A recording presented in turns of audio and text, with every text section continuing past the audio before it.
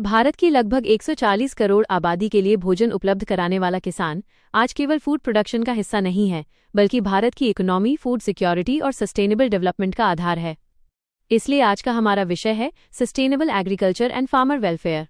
भारत की इकोनॉमी में एग्रीकल्चर और एलाइड सेक्टर्स का योगदान लगभग 18% जीवीए है।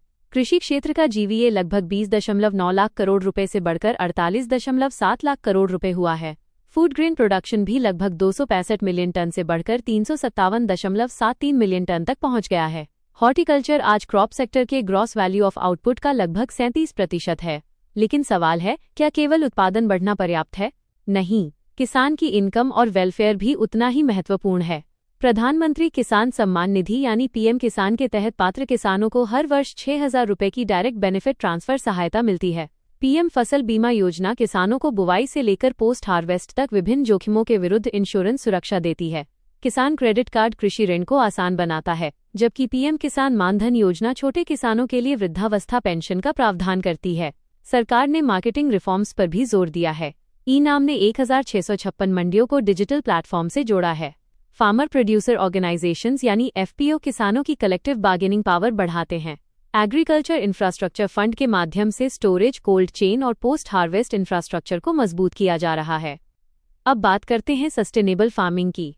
National mission on natural farming PKVY और नॉर्थ ईस्ट में ऑर्गेनिक वैल्यू चेन जैसी पहले केमिकल इनपुट कम करने, मिट्टी की गुणवत्ता सुधारने और किसानों की इनपुट कॉस्ट घटाने पर जोर देती हैं।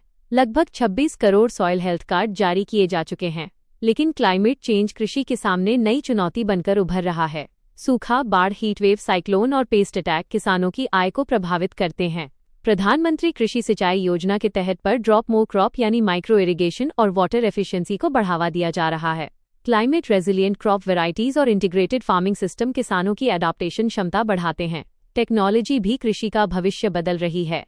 डिजिटल एग्रीकल्चर मिशन, एग्रीस्टैक, किसान ई मित्र, नमो ड्रोन दीदी और पीएम कुसुम जैसी पहले डिजिटल एडवाइजरी प्रिसीजन फार्मिंग और सोलर एनर्जी को बढ़ावा दे रही हैं। साथ ही किसानों को केवल क्रॉप फार्मिंग तक सीमित न रखकर लाइवस्टॉक, फिशरीज, पोल्ट्री, बीकीपिंग और बायो एनर्जी जैसे एलाइड सेक्टर्स से जोड़ना जरूरी है। फिर भी चुनौतियां बनी हुई हैं। प्राइस वोलेटिलिटी, छोटे और marginal holdings, climate risk, water stress, storage gap और सॉइल डिग्रेडेशन। यूपीएससी के लिए वे फॉरवर्ड है income security, crop diversification, FPO, digital agriculture, climate resilient seeds, efficient irrigation, post harvest infrastructure और नेचुरल फार्मिंग को एक साथ आगे बढ़ाना। क्योंकि सस्टेनेबल एग्रीकल्चर का लक्ष्य केवल आज के किसान की आय बढ़ाना नहीं, बल्कि आने वाली पीढ़ियों के लिए स्वस्थ मिट्टी, सुरक्षित पानी, स्थिर खाद्य व्यवस्था और सम्मानजनक किसान आय सुनिश्चित करना है।